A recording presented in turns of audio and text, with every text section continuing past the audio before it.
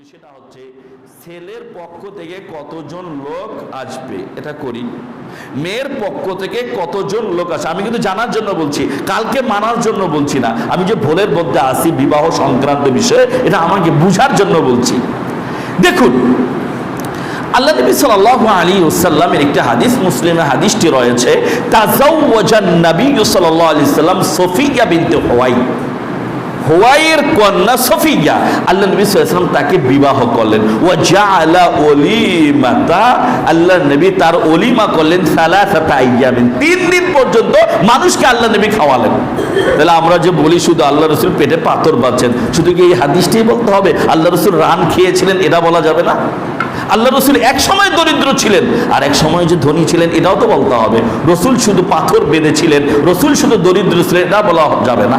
আল্লাহ নবী ক্ষেত্র বিশেষে দরিদ্রের পরিচয় দিতেন, ক্ষেত্র বিশেষে রসুল সবচেয়ে বড় ধনী ছিলেন। সুবহানাল্লাহ। রসুল বলে রমজান মাস যখন আসতো আল্লাহ রসুল ঝড়ো বাতাসের গতিতে তিনি দান করতেন। টাকা পয়সা না থাকলে, তার যদি দিরহাম না থাকতো তাহলে কি দান করতেন? তাহলে বোঝা গেল সবচেয়ে বেশি দানবীর ছিলেন ক্ষেত্র বিশেষে। আল্লাহ নবী আবার কোনো সময় রান খেতে পছন্দ করতেন। রসুলের যদি কিছুই না থাকতো রান কিভাবে খেতেন?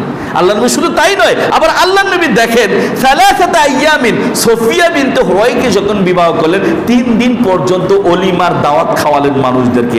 না থাকলে খাওয়াতেন, পায়েস করতেন, গোস্ত রান্না করতেন, কত সুন্দর ভায়েস করে ভুনা গোস্ত খাওয়াইতেন মানুষদেরকে, না থাকলে করতেন। তাহলে বোঝা গেল আল্লাহ রসুলকে শুধুমাত্র দরিদ্র ছিলেন, পেটে পাথর রাখতেন, পাথর বেঁধে বেঁধে তিনি ইসলাম প্রচার করছেন, একরকম ওয়াজ করা যাবে না। ক্ষেত্র বিশেষে রসুল ছোট নয়, রসুল সবচেয়ে উত্তম মানুষ, তাকে উত্তম জায়গায় রাখা আমাদের উচিত। যাই হোক, বলার উদ্দেশ্য হচ্ছে 3 দিন পর্যন্ত তিনি অলিমা করতেন, বউ ভাত। তাহলে বউ ভাত কারা করে? ছেলের পক্ষ নাকি মেয়ের পক্ষ? ছেলের পক্ষ। ছেলে যখন বিবাহ করে নিয়ে আসে একটা মেয়েকে, বাবা মার কিন্তু কলিজা ছেড়ে যায়। একটা মেয়েকে কত সুন্দর করে ছোট থেকে লালন পালন করে বড় করেছে, এখন এই মেয়েটাকে ছেলে ছিনিয়ে নিয়ে আসলো, এটা শরিয়াতের বিধান। মেয়ে যখন বাবার কাছ থেকে চলে যায়, বাবা কিন্তু অনেক, বাবা মা যে কষ্টটা পায় এটা হয়তো বাবা মা তারা বুঝাতে পারবে না, এত কষ্ট পায়। আমি আমার অন্য একটা মেয়েকে নিয়ে আসলাম, বাবা মা কিন্তু অনেক কষ্টে রয়েছে।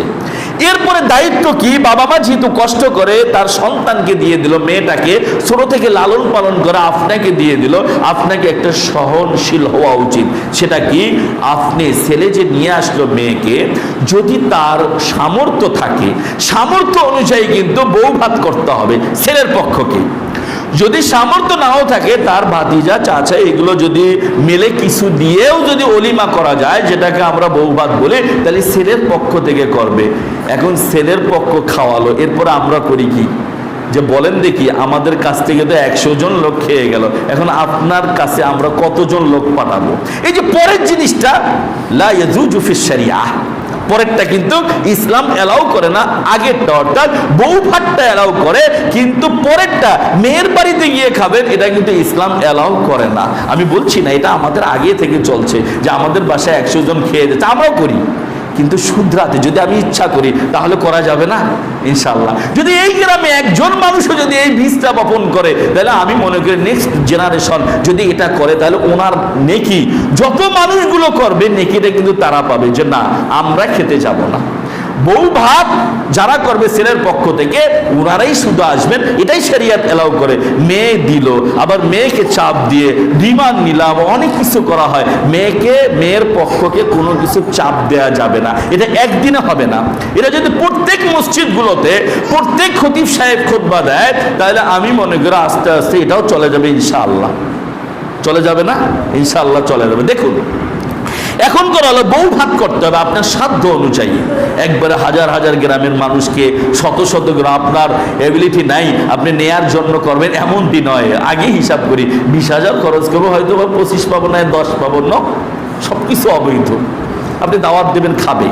দেখুন, এমন একটা সমাজটা হয়ে গিয়েছে, এটা যদি আমাদের বেশি বেশি আলোচনা করতে পারে, হয়তো বা এক আনাচে কানাচে একজন হয়তো বা মানবে, একজন মানলে হয়তো বা তার চাচারা দেখবে যে কি করলো, এটা কি হলো, এটা শরীর। এই আলোচনা করতে করে একদিন কিন্তু বিস্ফোরণ ঘটবে ইনশাআল্লাহ। বউ ভাত। আবার আমাদের মধ্যে যেটা একটু সমস্যা, আল্লাহ নবী সাল্লাল্লাহু আলাইহি ওয়াসাল্লাম একদিন রাস্তা দিয়ে বের হয়ে গেলেন, বের হয়ে বুখারীর হাদিস